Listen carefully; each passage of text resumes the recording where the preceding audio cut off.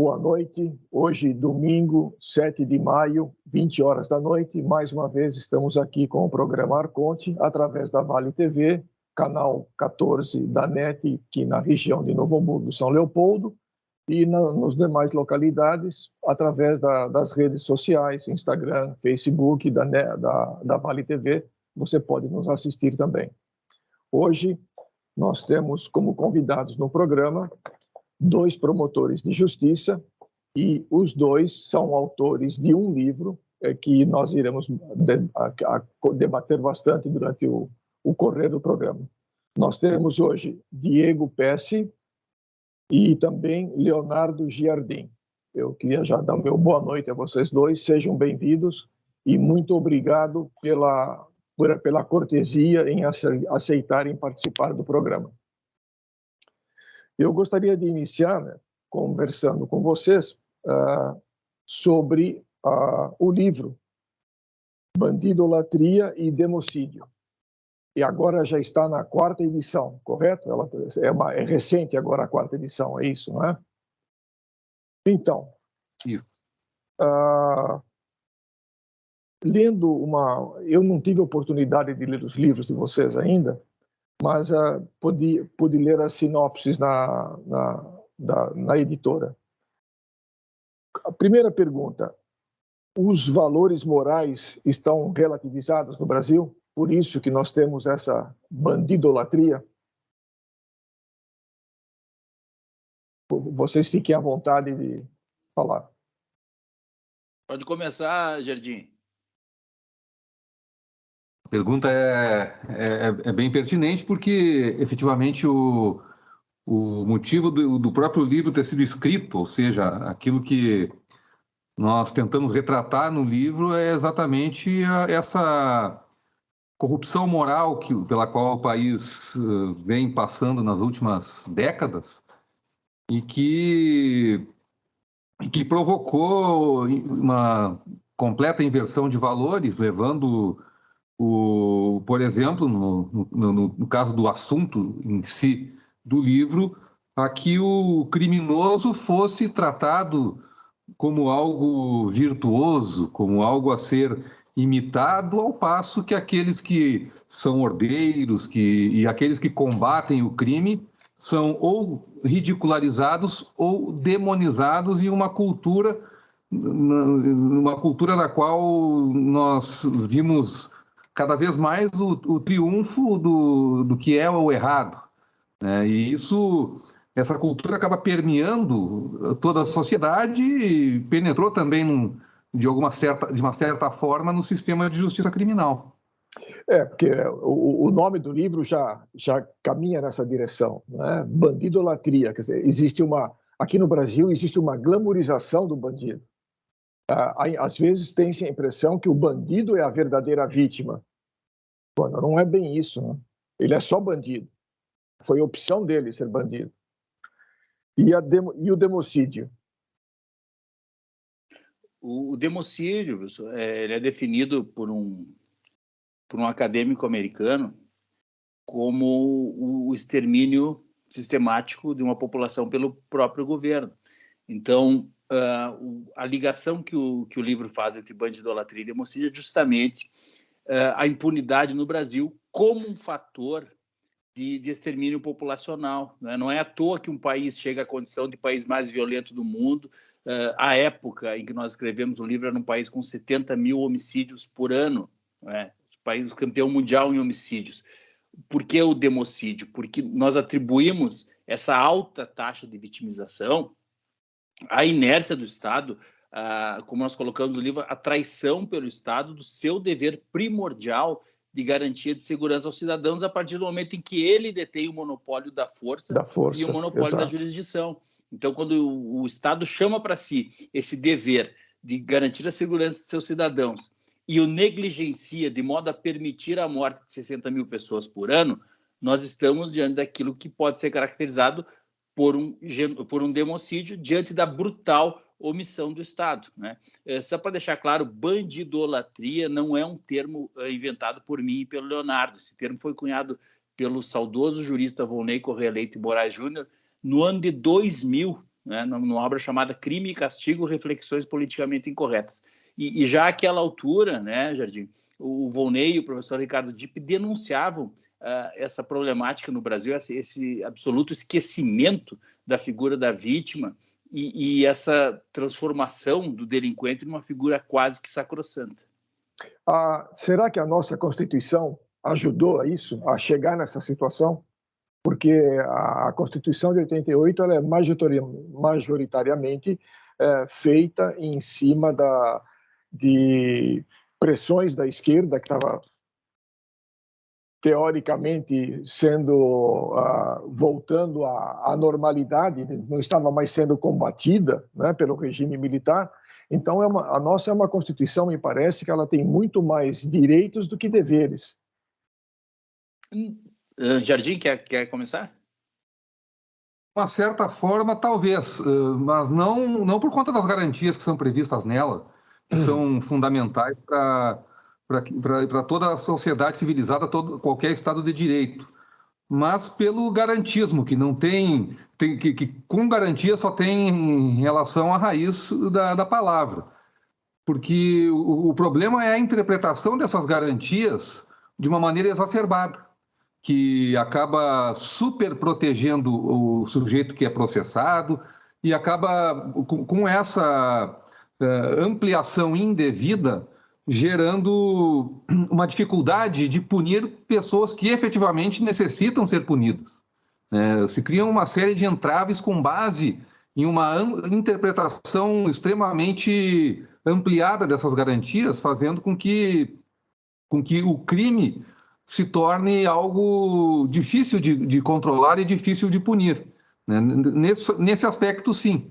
Sempre ressalvando, evidentemente, que a Constituição ela é fundamental e as garantias que ela prevê também são fundamentais para que nós possamos existir enquanto sociedade, para que nós possamos ter democracia.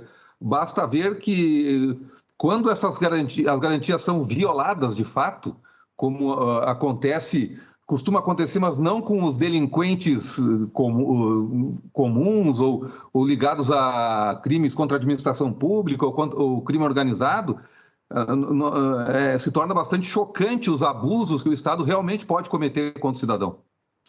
Porque, por exemplo, a Constituição, teoricamente, ela tem que ser seguida, vale o que está escrito ali, não é isso? Teríamos que seguir por aí, e não uma interpretação ao sabor do vento ou da cabeça de qualquer juiz. Eu acredito que teria que ser seguido ao pé da letra.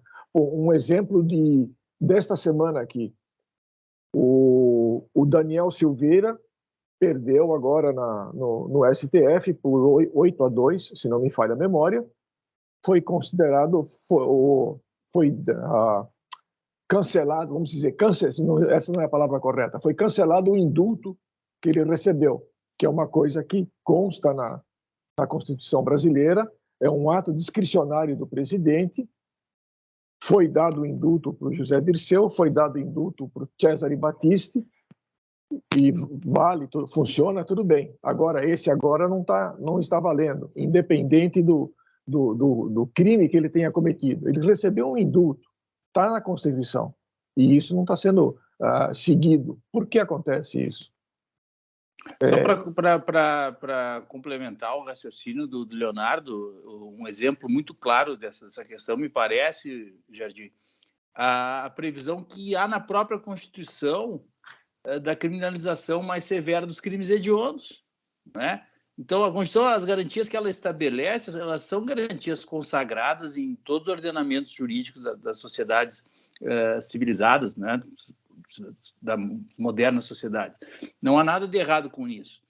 O que me parece que acontece, o que nós denunciamos no nosso livro, são essas distorções, né? E um exemplo que é dado é esse: a lei dos crimes hediondos, ela foi rapidamente neutralizada através do ativismo judicial, né? Que a descaracterizou e a tal ponto que ela chegou a ser reconhecida a constitucionalidade pelo Supremo Tribunal Federal, né? Pelo Pleno do Supremo, e mesmo assim se seguiu um ativismo judicial incessante que acabou derrubando o regime integral fechado. Depois houve uma mudança legislativa. Então, não me parece que entre aspas, culpada por isso seja a nossa Constituição da República. As culpas são outras e estão bem caracterizadas no livro ali, creio eu, especialmente na parte escrita pelo Jardim. Eu ficaria muito feliz, independente do valor, se a nossa Constituição é a melhor que já foi feita no Brasil ou no mundo.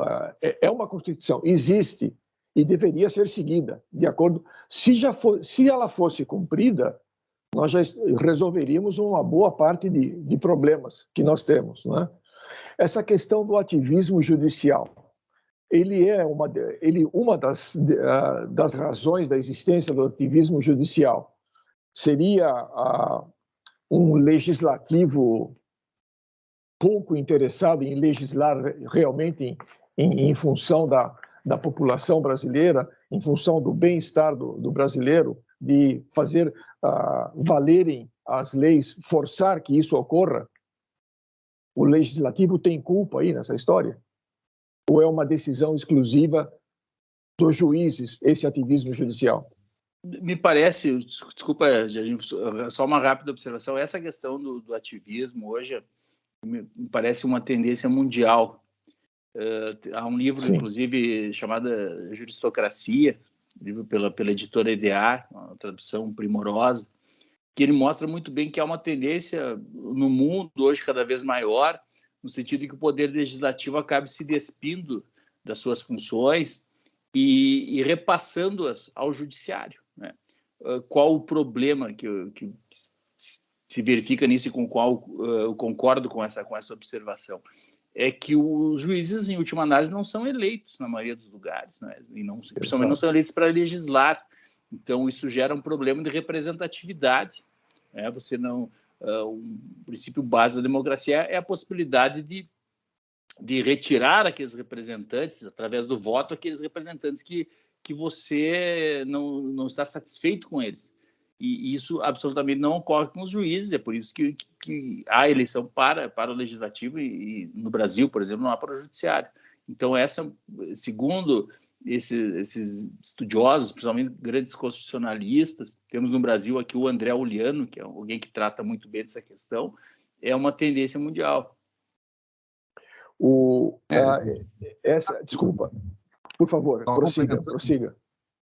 A questão da juristocracia, ela é, segundo essa obra que foi citada pelo Diego aí, que é realmente de fundamental importância, é uma espécie de regime estabelecido à margem da própria Constituição, né? E que realmente utiliza a Constituição como instrumento, digamos assim, como arcabouço filosófico, jurídico, para que seja estabelecido esse regime. É uma maneira de você alterar o devido processo democrático, até subvertendo esse devido processo democrático. Sim. Porque você evita o debate público, né, que deve se dar no seu devido lugar, que é o parlamento. E os juízes não eleitos, eles acabam se apropriando da feitura das leis através da interpretação, ou através mesmo da criação por decisão judicial, que por natureza e por essência é algo concreto, que não são concretos, são abstratos, são válidos como normas gerais, né? O parlamento, indo diretamente para a tua pergunta, Wilson, o parlamento, ele às vezes, nos países em que isso ocorre, isso tem ocorrido sistematicamente na maioria dos países, o parlamento, por vezes, ele se vale desse processo para evitar ter que tratar de temas delicados, para evitar ter que deliberar sobre temas que não são simpáticos à população. Então, ele, de uma certa forma, nessas situações, ele se faz cúmplice do sistema juristocrático, digamos assim, para se eximir da sua responsabilidade de decidir contra o povo, e os juízes, como não são eleitos, como não devem satisfação a absolutamente ninguém, como certa vez recitou aí uma sumidade do nosso sistema judiciário, eles não têm pejo nenhum em fazer aquilo que o parlamento não tem muitas vezes coragem de fazer. Por exemplo, pegando o STF, ajudaria a melhorar as coisas se a lei impusesse que somente juízes de carreira poderiam ser escolhidos para o STF? Isso seria uma contribuição positiva? Porque nós temos lá, hoje, na composição atual, que eu lembro de cabeça, acho que o Fux e mais um só, que são juízes de carreira. O resto são advogados, né? Ou acho que tem nenhum que nem é. O Toffoli, por exemplo, tentou o exame para carreira de juiz por 2 vezes e foi reprovado. É que nós temos grandes juristas que não são juízes, né? Então, eu realmente não acredito em soluções assim. Isso não faria muita diferença, então? Não, eu acho que o que faria grande diferença em qualquer país, o que faz grande diferença é você colocar grandes juristas no Supremo Tribunal, né? Você pega, por exemplo, a Suprema Corte Americana, tem o Clarence Thomas, teve o Antonin Scalia. São juízes que marcam gerações, que redefinem a própria jurisprudência, redefinem a doutrina. O Scalia ressuscitou o originalismo, hoje é uma corrente fortíssima. Então, você precisa de grandes juristas, venham eles de onde vierem, né? Aquele velho ditado, não importa a cor do gato, ele tem que comer o rato. Então, você precisa de alguém que dê essa solução.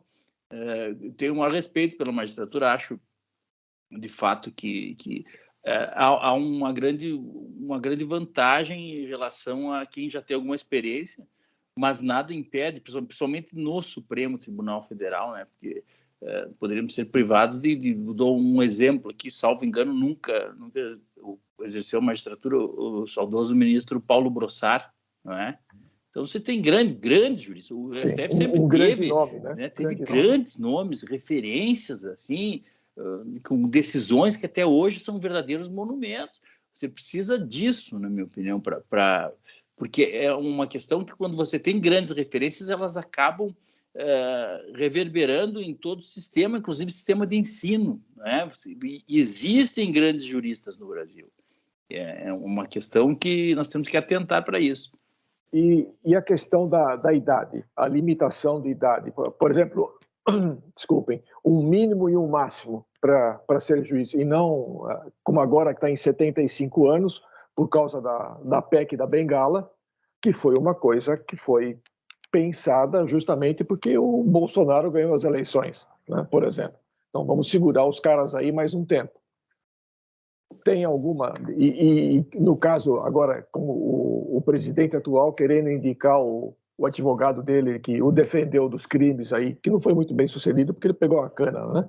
Mas se o Zanin vai para o Supremo, ele fica lá 30, 35 anos, ou eu não sei qual que é a idade dele atualmente, mas será que isso é bom para o país? Talvez não seria melhor uma certa rotatividade nesses 11 juízes, como ocorre no legislativo e no executivo, que tem a rotatividade no poder? Eu acredito que o mais importante do que esses modelos abstratos é a maneira como o sistema funciona, né? Sim. A questão etária, ela, a meu ver, é irrelevante, né? Na medida em que a pessoa tem que ter a capacidade intelectual, né? Enquanto tiver condições de exercer a judicatura, ela vai render e vai poder realizar um bom trabalho, né? Eu não gosto dessas soluções de modelos pré-fabricados, porque o grande problema do Brasil, no meu modo de ver, é que todo mundo pensa a coisa do ponto de vista da casuística, né? Qual é a necessidade do momento? Eu tenho um sistema aqui que a compulsória é 70, eu vou subir para 75. Agora eu quero baixar para 70 de novo, porque a conveniência política do momento ela é diferente. Então, a gente tem que começar a pensar de outra forma, né? Porque aí você vê que não funciona, não está gostando que está funcionando com o membro vitalício no poder, aí você quer colocar membros eleitos. Aí começa a acontecer problemas porque tem eleição para ministro do Supremo Tribunal Federal, por exemplo, ou você tem um mandato, e aí isso apresenta por conta do funcionamento do sistema outros problemas. Então, o problema é muito mais moral, é muito mais de efetivamente compromisso com a justiça que deve ser exigido de quem, seja lá de quem escolha ou de quem vote em membros de quaisquer poderes, não somente o judiciário, do que qualquer outra coisa. E dentro do que você está falando, e pegando o exemplo que o Diego deu, o juiz Scalia, eu acho que ele ficou na Suprema Corte Americana até os 82 anos de idade. Lá é vitalício o cargo, né? Se não me falha a memória. Ele ficou, acho que até os 82 anos. Até morrer. Exato, né? Então, também é um contraponto extremamente válido para a não limitação de idade, né?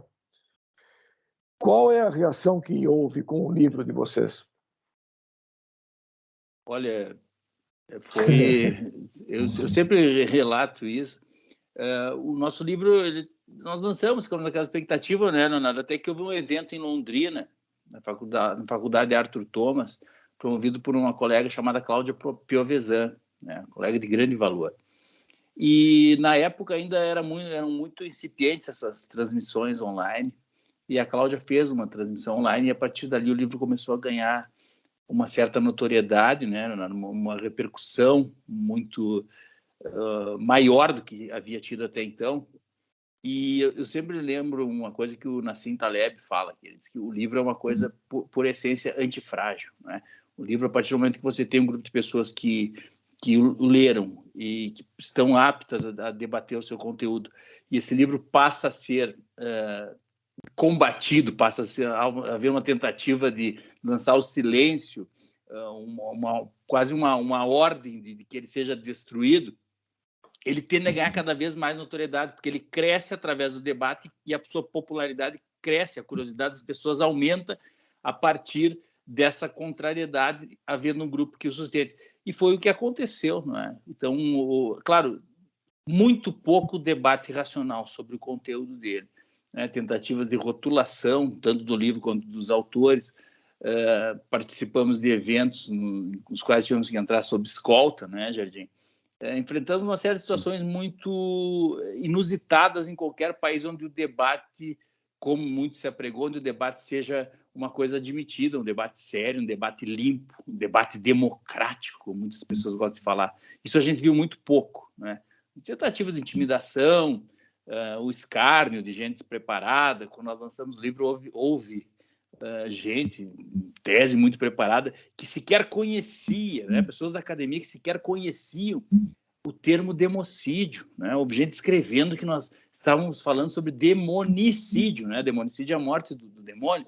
Então, aí você vê todo o despreparo, a falta de lastro intelectual e a falta, ao mesmo tempo, de honestidade de pessoas que se propõem. Nada impede que se fale mal do livro, que se discorde do seu conteúdo, mas pessoas que desconhecem sequer o conceito, né? Escrevendo em publicações, em teses jurídicas, que nós estamos tratando de demonicídio, né? Um atestado de desconhecimento e presunção. Então, houve tudo isso, mas acredito que o livro, como dizia o grande professor Monir Nasser, ele resistiu ao teste do tempo, né? Ele chega à quarta edição,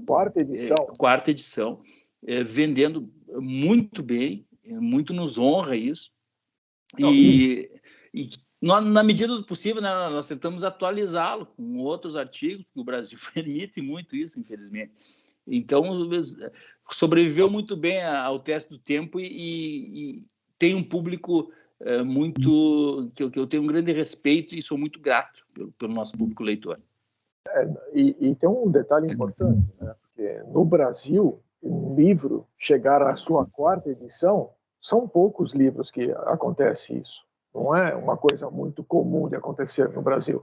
Então, significa que, apesar de toda a oposição, da necessidade de escolta armada, o livro está no caminho certo, me parece, né?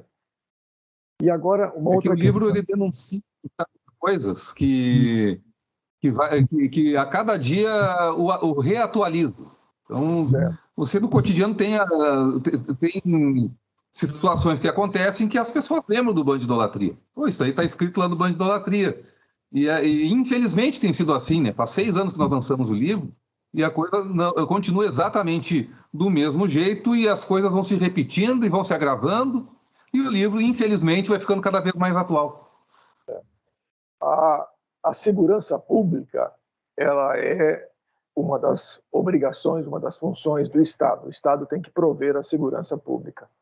Mas o Estado é impossível ele fornecer uma segurança de uma maneira individual. Então, acredito que o cidadão teria que ter o direito de se autoproteger. Se autoproteger como? Através de armas, através da permissão para isso, armas legais, evidentemente. Nós vimos no governo anterior agora, que era pró-armamentista, você tem um crescimento exponencial da quantidade de armas legais que são adquiridas, cursos que as pessoas têm que fazer, porque não é simplesmente você chegar num balcão de uma loja e me dá um 38, um 357 e uma 9mm, né? Com ketchup. Não, não é isso. Então, existe toda uma legislação, toda uma série de procedimentos que a pessoa tem que passar para poder ter uma arma. E isso provocou, nos 4 anos do governo anterior, proporcionalmente uma queda nos crimes, né, nas mortes. E essa relação, ela é real mesmo? Ela existe? Ou foi uma coisa de momento que aconteceu? Porque nós temos, como vocês mencionam, quando vocês fazem lançam o livro, era em torno de 60 mil mortos por ano, né? Mais ou menos isso. Se você olhar como um exemplo só, a guerra do Vietnã, que os americanos ficaram lá 10 anos, se não me falha a memória, eles perderam 50 mil homens em 10 anos. Nós estávamos perdendo aqui 60, chegou acho que a um pico de 64 mil num dos outros anos. Aí houve esse declínio com o aumento da compra de armas. É o jeito de conseguir complementar a segurança que o Estado tem que fornecer, o cidadão se armar? Veja, tem aquele ditado: você não usa uma blusa para combater o inverno, mas para parar de sentir frio. Então, o direito à autodefesa ele subsiste, independentemente do seu efeito em termos de segurança pública. Eu, pessoalmente, acredito que tenha efeito, sim. Agora, em termos de estudos que atestem isso aí, eu desconheço qualquer um estudo mais aprofundado sobre a situação brasileira, especialmente a situação recente. O que se pode dizer com segurança é o seguinte: se falava que quando fosse flexibilizada a legislação relativa ao armamento no Brasil, o mundo ia acabar, que ia virar um morticínio terrível, e não foi isso que se viu, né? E agora, quando se determinou o recadastramento das armas, né, uma coisa que se dizia muito é que os CAC eram utilizados para o abastecimento do crime organizado, que se comprava arma para repassar para o crime. 99% dos CAC recadastraram suas armas.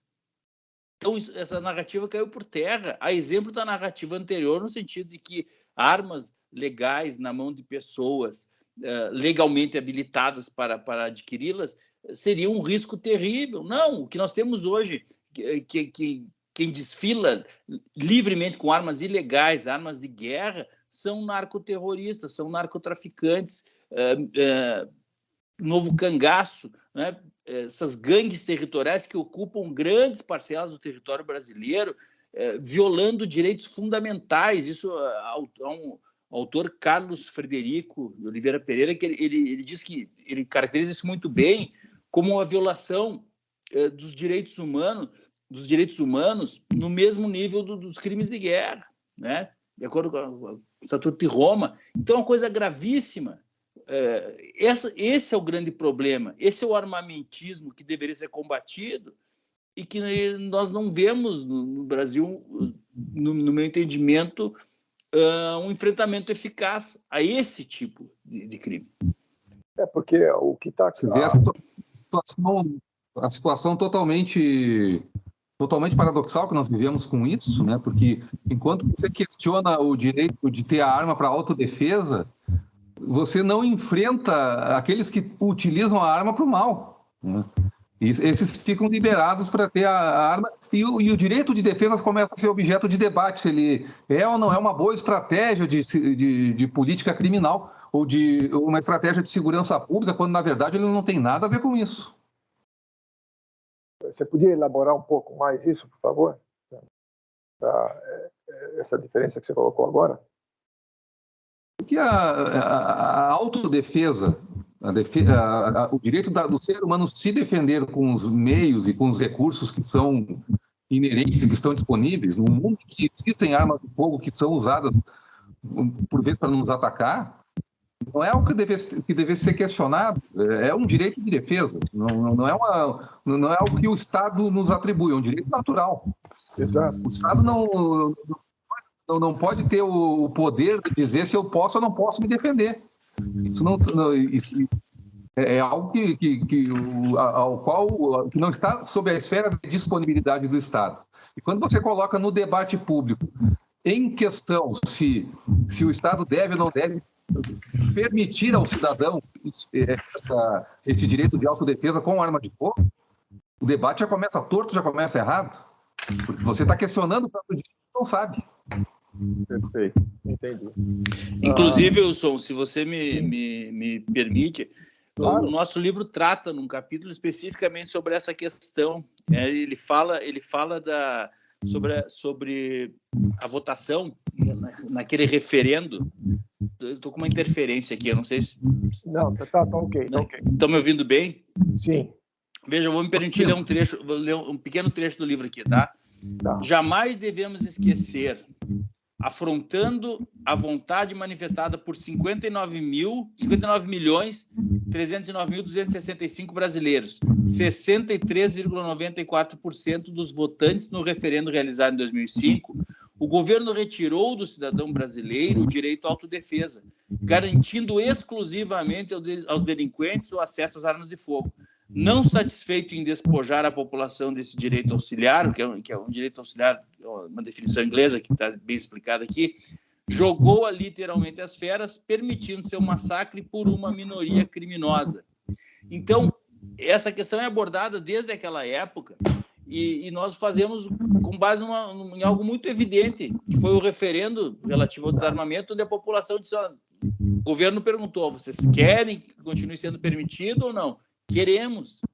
E desde então, só o que se fez, ao menos até recentemente, foi inviabilizar ou dificultar o acesso da população a esses meios de defesa. Esse ponto que o Leonardo coloca muito bem. O direito à autodefesa, ele transcende muito a questão da efetividade ou da contribuição para a segurança pública. Ele é um direito natural, ele é um direito que você traz consigo, porque a arma é um equalizador. Você pega uma senhora de 70 anos de idade, possível vítima, e um delinquente com 25 anos de idade, né, 1,90 m, 120 quilos, qual a chance que essa senhora terá de se defender dele, se não for com um equalizador de força? Então, essa é a questão que se traz sempre quando se trata do sagrado direito à autodefesa. Tem um exemplo que eu gosto de mencionar, é a questão da medida restritiva. Por exemplo, que uma mulher tem em relação a um ex-companheiro, que é um cara violento, alguma coisa assim. Na próxima vez que ele for atacá-la, ela vai fazer o quê? Ela vai pegar a medida restritiva e mostrar, olha, você não pode chegar a 100 metros de mim. Já morreu, né? Já está morta. Então, a melhor medida restritiva que essa mulher pode ter é a autorização de ter uma arma para se defender. Assim como também um outro exemplo, né? você pode argumentar por que você precisa de extintor de incêndio na tua empresa, na tua casa, se tem o corpo de bombeiros. Não faz sentido. Né? Como vocês colocaram muito bem, é um direito natural que nós temos, assim como propriedade e outras coisas, são direitos naturais que aqui no Brasil agora não são muito respeitados. Tanto o direito de propriedade, que agora também, por decisão, se não me engano, monocrática do Barroso, é uma coisa agora que ficou meio que relativizada. Você tem que invadir uma tua propriedade e vai ter que ser criada uma comissão para estudar se pode continuar essa invasão ou não. Mas vamos seguindo em frente. Eu agora preciso fazer um intervalo comercial e nós voltamos em seguida, ok? Voltamos em alguns minutos. Até mais.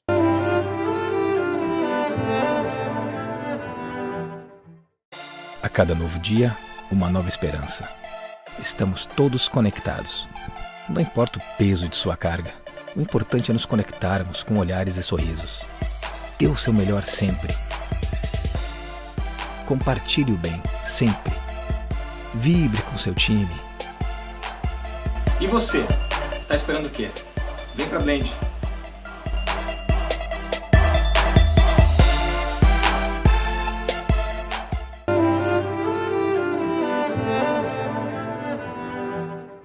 Olá, sejam bem-vindos de volta ao programa Arconte desta noite. Nós temos Diego Pesce e Leonardo Giardin conversando conosco aqui, especialmente, principalmente sobre o livro deles, Bandidocracia e Democídio, e agora damos continuidade à nossa conversa. Temos outros livros também. Hoje eu não vou, no final do programa, sugerir livro nenhum, porque nós temos aqui, durante o programa todo, nós temos 4 livros, então tem sugestões suficientes de livros, eu não preciso das minhas sugestões para vocês. Temos agora aqui também 3 livros escritos pelo Diego, e eu gostaria de começar, o primeiro deles, se eu não estou na ordem errada, é o Hooliganismo no Brasil. Após o Bandidolatria, foi lançado Violência, Laxismo Penal e Corrupção do Ciclo Cultural, ele inicia com um ensaio referente à bandidolatria ainda, né, que fala sobre o laxismo penal, que é o laxismo penal, é essa descrença no direito penal como um fator de manutenção da civilização, né, que ele de fato é. Mas também engloba uma outra série de artigos. Na época eu escrevia artigos para a Gazeta do Povo, também para o Brasil Sem Medo, para uma série de veículos de comunicação escrita. Então, tem artigos tratando sobre engenharia social e aborto, né, sobre a questão que o Leonardo abordou há pouco da implantação do aborto via judicial, e inclusive à luz da obra de C.S. Lewis e outros. Tem também artigos que abrangem o período da pandemia. Tem um artigo sobre guerra à polícia, que esse de fato é cada vez mais atual, que faz uma comparação. Na época eu estava mudando para Portugal, né, e chegando em Portugal verifiquei que o mesmo ambiente de guerra à polícia que vicejava no Brasil vicejava lá também, e esse ambiente já era denunciado por uma escritora americana chamada Heather McDonald, que ela possui uma obra chamada The War on Cops, né, Guerra à Polícia. Então eu fiz um artigo bem alentado sobre a questão da guerra à polícia. Então é uma coletânea de artigos sobre temas variados, mas tem uma certa, como fio condutor, sempre essa noção de manutenção da ordem, né, baseada numa transcendência, numa ordem superior. Após esse livro, esse já está na 2ª edição, eu concluí meu mestrado em Portugal, onde eu estudei a violência relacionada à disputa, a violência entre torcidas organizadas no Brasil, e eu fiz um estudo inédito, tanto pelo método quanto pela abrangência. O Jardim faz a apresentação desse livro, inclusive, que é o Hooliganismo no Brasil, né? É uma questão ainda muito forte do Brasil hoje, uma questão que eu creio que o meu estudo é uma contribuição genuína, né? Porque eu analisei mais de 70 homicídios, identifiquei as circunstâncias de cometimento, identifiquei o perfil dos envolvidos e apontei, de acordo com a melhor doutrina que se conhece em matéria policial, o meu mestrado é em Ciências Policiais em Portugal, de acordo com a melhor doutrina, quais são as soluções para isso. E após esse livro, eu tinha um vasto material de estudo relativo à violência, ao ato de matar, à violência homicida. Eu lancei agora esse Berços Não Túmulos, tá? Que o título, Berços Não Túmulos, ele remete a uma frase de um grande promotor que o Brasil teve, chamado Roberto Lira, né? E ele tem uma definição que é o seguinte, e depois eu vou deixar para o Leonardo comentar melhor. Ele dizia o seguinte: o amor é, por natureza e por finalidade, criador, fecundo, solidário e generoso. Ele é cliente das pretorias e das maternidades, dos lares e não dos necrotérios, dos cemitérios, dos manicômios. O amor mesmo, porque ele falava aqui do chamado homicídio passional, né, que na época estava muito em voga essa alegação. Então ele diz: o amor mesmo, jamais desceu ao banco dos réus. Para os fins de responsabilidade, a lei considera apenas o momento do crime, e nele o que atua é o ódio. O amor não figura nas cifras de mortalidade, e sim nas de natalidade. Não tira, põe gente do mundo. Está nos berços e não nos túmulos. Então, esse estudo é um estudo sobre o ato de matar e os crimes contra a vida, baseado nessa concepção, né, do Roberto Lira, e tentando desenvolver essa ideia mais a fundo. Voltando um pouquinho para o teu livro Violência, Anarquismo Penal e Corrupção do Ciclo Cultural, eu lendo o que o Thomas Juliano falou sobre esse livro, eu marquei um pedacinho de uma sentença que ele diz que me chama muito a atenção. Esse livro não aborda apenas a evidência de que o debate jurídico precisa de uma restauração da sanidade. O debate jurídico precisa dessa restauração da sanidade? Isso é... Parece que sim. A visão do Thomas é um grande intelectual, um grande pensador, e muito me honrou em fazer essa contracapa. Acho que, de acordo com tudo que eu apontei no livro e tudo aquilo que a gente veio falando há algum tempo, precisa. A tônica da nossa obra, né, Jardim, é nesse sentido. Nosso livro é, acima de tudo, um combate à insanidade. Nós não temos nenhuma tese revolucionária sobre nada. Nós apontamos um elefante na sala, né? Como dizia o Chesterton, a gente está tentando mostrar que a grama é verde já faz algum tempo. Ele acha que tudo é fruto de uma doença de índole moral, né? E aí é necessário você resgatar esse paciente, né? Esse moribundo, que é o nosso país, em termos morais, em termos culturais. E quando você começa a perceber qual é o problema, você está mais próximo da solução desse problema. Que realmente é necessário você ter um tratamento para essa espécie de demência ideológica que forma as mentes do Brasil. Isso faz com que as pessoas vivam em uma espiral de incompreensão da realidade, porque acabam discutindo apenas ideologicamente, ou seja, discutindo nada, discutindo palavras vazias de significado, mas que, com palavras gatilho que são, despertam emoções, sentimentos. A palavra perde o seu poder descritivo e conserva somente o poder apelativo, emotivo, tornando as pessoas muito fáceis de manusear a partir de palavras que vão provocar reações emocionais, psicológicas e cerebrais. Enquanto você é escravo disso aí, você é escravo de quem domina a linguagem. Sem dúvida. A linguagem está sendo informada exatamente porque as pessoas não entendam nada. Exato. Isso é uma doença. É uma questão de narrativa, né? No hooliganismo no Brasil, por exemplo, você estudou mais de 70 casos e uma solução para a violência nos campos de futebol, esse livro, sem dúvida, vai chamar a atenção de muita gente, porque fala de uma coisa próxima para nós todos no Brasil, que é o gosto pelo futebol, né? Se não me falha a memória, na Inglaterra, uma das maneiras que eles encontraram de combater essa situação é o sujeito que está envolvido em alguma confusão, que foi detido, todos os próximos jogos, por um determinado período, ele tem que se apresentar 1 hora antes na delegacia do bairro dele e vai ficar lá sentadinho até 1 hora depois do jogo, para tentar ajudar a combater essa situação. Isso é uma coisa que já foi praticada no Brasil? É praticada ou poderia ser praticada? A Inglaterra teve um combate muito severo, né? O futebol inglês era um horror.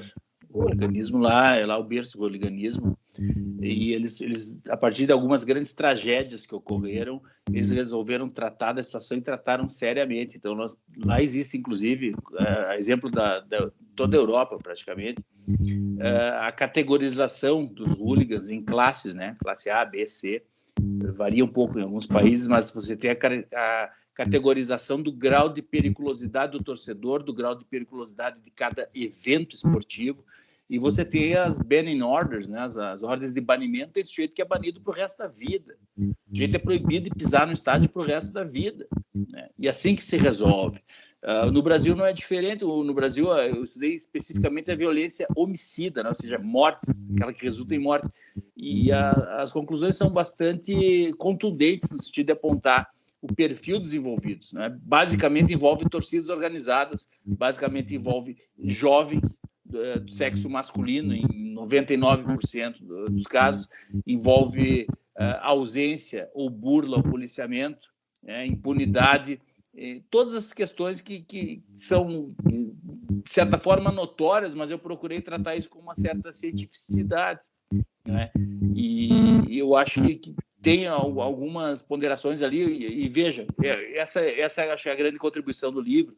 Quando eu busquei estudar a violência mais detidamente, eu queria buscar um lugar que fosse um centro de excelência nisso, né?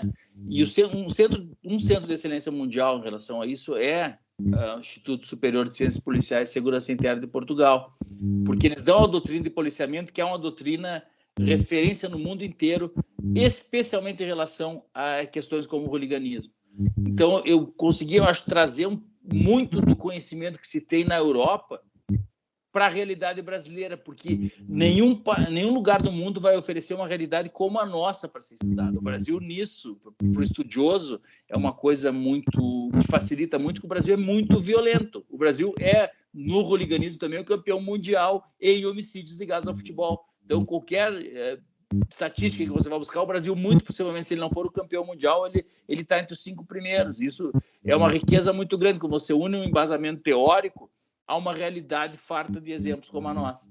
O Brasil é o sonho de qualquer estudioso nesse campo, né? E o pesadelo de qualquer morador. E essa questão também... Colocar algumas impressões minhas com a autoridade, entre aspas, de quem escreveu a apresentação do livro. Quando eu tive contato com esse livro, o que me chamou a atenção, além de que se tratava de algo completamente diferente de tudo que foi falado aqui no debate público e de tudo que a gente tem uma distância da experiência prática do Brasil no combate a esse tipo de situação, né? Imaginar que esse livro deveria ser recebido com louvores aqui, que é algo paradigmático mesmo, né? Mas que, por outro lado, acaba sendo um documento que demonstra o quão errado está sendo a forma de enfrentamento do problema no Brasil, né? Soluções que traz e as raízes que ele identifica nessa espécie de influência, elas são tratadas no Brasil de uma maneira ou muito superficial ou completamente equivocada, completamente invertida, né?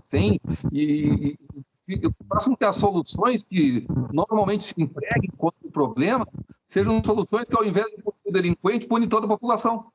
É algo surreal que acontece, e eu acho que deve ter poucos lugares que têm essa capacidade de equivocada do problema quanto o Brasil. Então, esse livro no Brasil, ele precisa realmente ser difundido e ser estudado e ser praticado. Exato. Bom, e agora, falando do último lançamento, né, que o Diego mantém, Berços, Não Túmulos, e como a gente estamos falando de futebol, A bola fica contigo agora, Leonardo, porque o Diego quer que você fale do livro. Então, vamos lá, por favor. Pois eu, como promotor do júri que sou, já agradeci ao Diego pelo livro, porque é uma ferramenta, primeiro, é uma ferramenta de trabalho, porque ali nós temos um pequeno apenas no tamanho, né? Porque são 60 e poucas páginas, só que ele traz, assim, um manancial que é fruto de uma vastíssima literatura, e a gente percebe que tem uma enorme e duradoura, prolongada reflexão em cima dessa literatura que condensa aquilo tudo em aforismos, e de uma maneira encadeada, né? De uma maneira que a obra completamente original em relação a tudo aquilo que é tratado todos aqueles múltiplos aspectos desse tema tão caro que é a vida humana, o ato de matar, né? E que nós, numa cultura que banaliza cada vez mais a vida e a morte, que acaba entendendo como algo corriqueiro, um homicídio, nós que perdemos muitas vezes a sensibilidade em relação a isso, lendo esse livro não tem quem não recupere essa sensibilidade, porque ele vai na raiz do problema.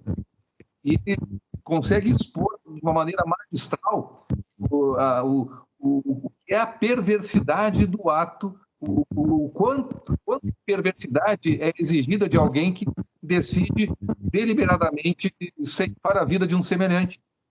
O quanto esse ato é contrário à nossa natureza e é contrário a tudo aquilo que é bom, que é correto, que é moral, tudo aquilo que é divino, de forma que você percebe o quão demoníaco é o ato de matar.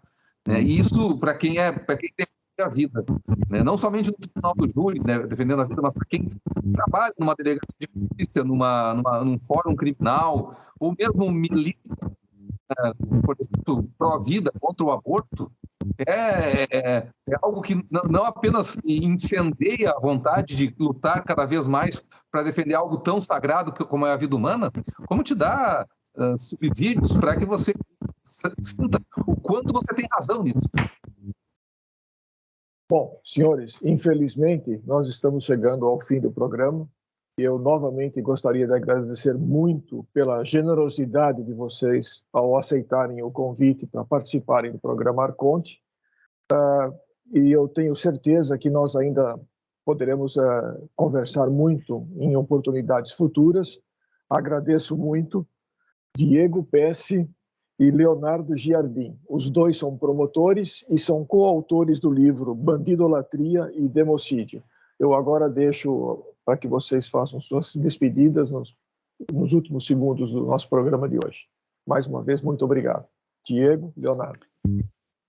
Eu agradeço muito o convite, uma satisfação imensa estar aqui com vocês, matar um pouco, ainda que virtualmente, da saudade do meu amigo, meu irmão Jardim, e espero que seja de bom proveito para os telespectadores. Fico sempre à disposição e um bom domingo a todos. De minha parte, foi uma conversa muito agradável e também pude, mais uma vez, é sempre muito bom conversar contigo, né? Sempre algo muito enriquecedor e muito prazeroso, né? Um grande amigo que eu tenho, de inúmeras batalhas nessa vida aí, nós já estamos marcados, o nome já está marcado um do lado do outro indelevelmente, né? E é sempre bom reencontrá-lo. E uma satisfação falar para os ouvintes da Vale TV, os telespectadores da Vale TV. Eu que agradeço novamente, muito obrigado a vocês e todos tenham um bom final de domingo, um bom final de semana e até a próxima. Boa noite. Boa noite. Bom domingo. Meus amigos, me permitam chamá-los de amigos agora, porque eu fiquei muito impressionado e eu vou ter que ler muitos livros. Ainda não tive a oportunidade de ler os livros de vocês, vou ter que fazer isso com carinho, anotações, e quem sabe isso pode gerar novas conversas, certamente, e de outros temas também. Novamente, agradeço muito a generosidade de vocês por terem me dado esse tempo todo para nós conversarmos. O programa, eu estou recém começando a fazer o programa, esse é o 4º programa que eu estou fazendo, né? No programa anterior, o Manuel estava no programa, né? Gostei muito de conversar com ele. Ele é, assim, é uma figuraça, né? Figuraça. Eu até fiquei assustado, porque quando ele chegou, ele veio com uma pilha de livros, né? E na hora que eu falei, mas que livros que você tem aí? Dos livros que ele tinha, eu tenho acho que 2 ou 3. Ele falou, não, eu não sabia direito o que você ia me perguntar, então... Né? Já aqui eu alguma coisa. Mas foi muito legal. Muito obrigado novamente. Bom final de semana para vocês e até uma próxima vez. Obrigado. Boa noite, obrigado por tudo aí. Abração, Léo. Valeu. Eu que agradeço vocês. Tchau. Tchau. Abraço.